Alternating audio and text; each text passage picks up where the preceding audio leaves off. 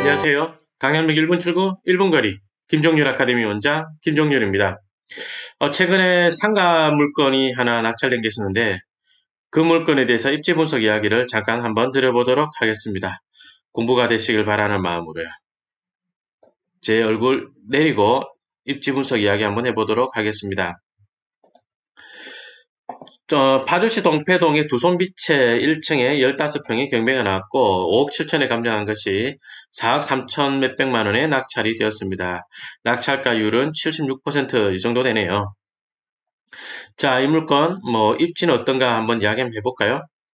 제가 이제 책이나 강의에서 상가 건물이 이렇게 있다 그랬을 때 일반적으로 전면지가 좋습니다라고 이야기를 많이 하죠. 근데 그때 전면지가 좋습니다라고 이야기할 때 요 맞은편에도 상가가 있는 경우가 일반적이었는데 이 경우는 그렇지가 않네요. 그죠? 그러니까 상가가 이렇게 있다면 일단 좋은 쪽은 전면지가 여기 이쪽이 전면지라서 여기가 좋아 보이는 쪽이 맞아 보이는데 그런데 요건 조금 달리 분석을 해야 될 것 같다. 뭐 그런 이야기를 한 적이 있습니다. 지도를 한번 볼까요? 지도를 이렇게 보자면 뒤쪽에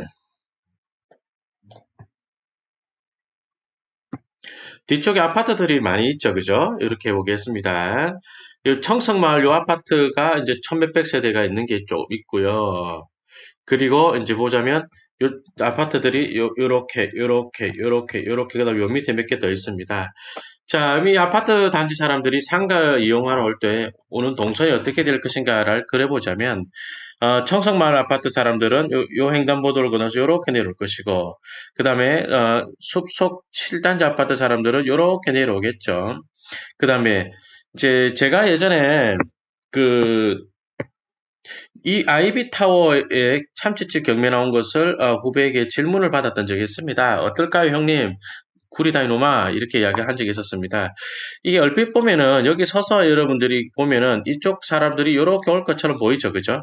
근데 제가 이렇게 오지 않을 거다. 이게 동선이 이렇게 만들어질 수가 없다. 왜 그러냐? 아파트 출입구 여기 있잖아요, 그죠? 출입구 이렇게 있으니까 이렇게 내려오지 않냐, 이렇게. 그 다음에 이제 이 아파트 사람들도 이렇게 내려올 것이고 좀 더 디테일하게 동선을 그려볼게요. 자, 책향기 마을 사람들은 동선이 이렇게 내려올 것이고 그 다음에 좀 뭐야 온천지는 책향기네요. 예. 진흥 효자 아파트 사람들은 이렇게 건너서 오는 사람들도 있을 것이고 이렇게 와서 이쪽 횡단보도 건너는 사람도 있을 것이고 요 사람들 여기로 올 것이고 그다음에 이제 밑에랑 그다음 요 아파트 사람들 중에 상당수가 요 보행자 도로로 와서 동선은 이쪽으로 겹쳐질 것이다라는 것이 제 생각이었습니다. 그래서 이 경매 물건이 좋냐? 이 상권의 제일 좋은 자리는 당연히 하나은행 자리가 제일 좋은 자리입니다.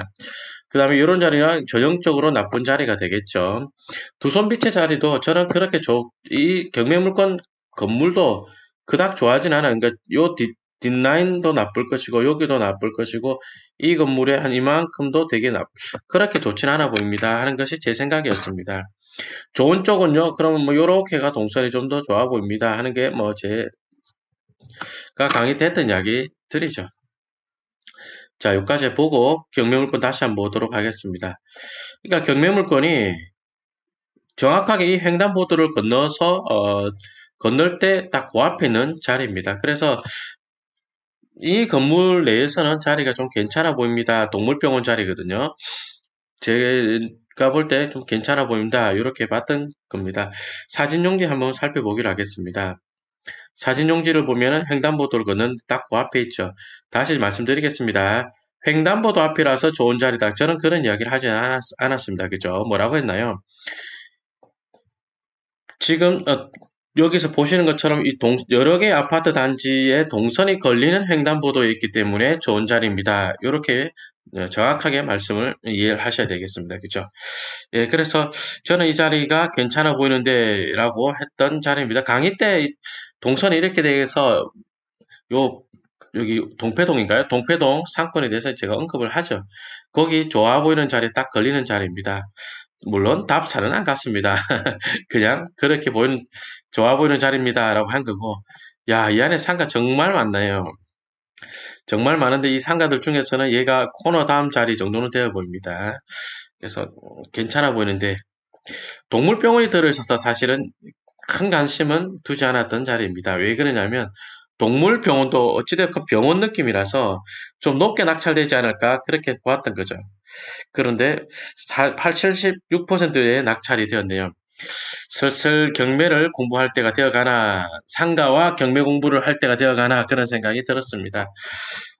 제 예상치보다는 낮게 낙찰이 됐기 때문입니다. 이거 일반 매매로 산다면 한 5억은 줘야 될 거다라는 수강생의 어떤 이야기도 있었거든요.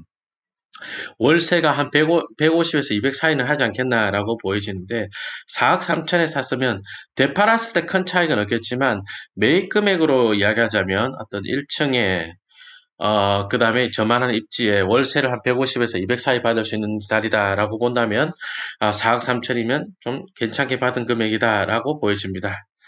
자, 어떻습니까? 특히 상가를 경매로 하는 게 점점 재밌어질 때가 오고 있는 것 같습니다. 이번에 어떤 그 코로나 사태로 인해서 정부에서도 굉장히 돈을 많이 풀 것 같고, 그 다음에 그러나 어떤 소매점 경기는 굉장히 나빠질 것 같고 그렇습니다. 그죠? 당장에 어떤 상가를 경매로 사서 좋아질 것이다. 그 뜻은 아닙니다. 그러나 어쨌든 시간을 두고 우리가 코로나를 극복할 때쯤 된다면 상가를 경매로 투자를 해서 했던 사람들이 많은 반등 효과를 볼 수 있을 것이다. 저는 그렇게 내다보고 있습니다. 제가 지금 촬영하는 시간이 아침 아주 이른 시간이거든요.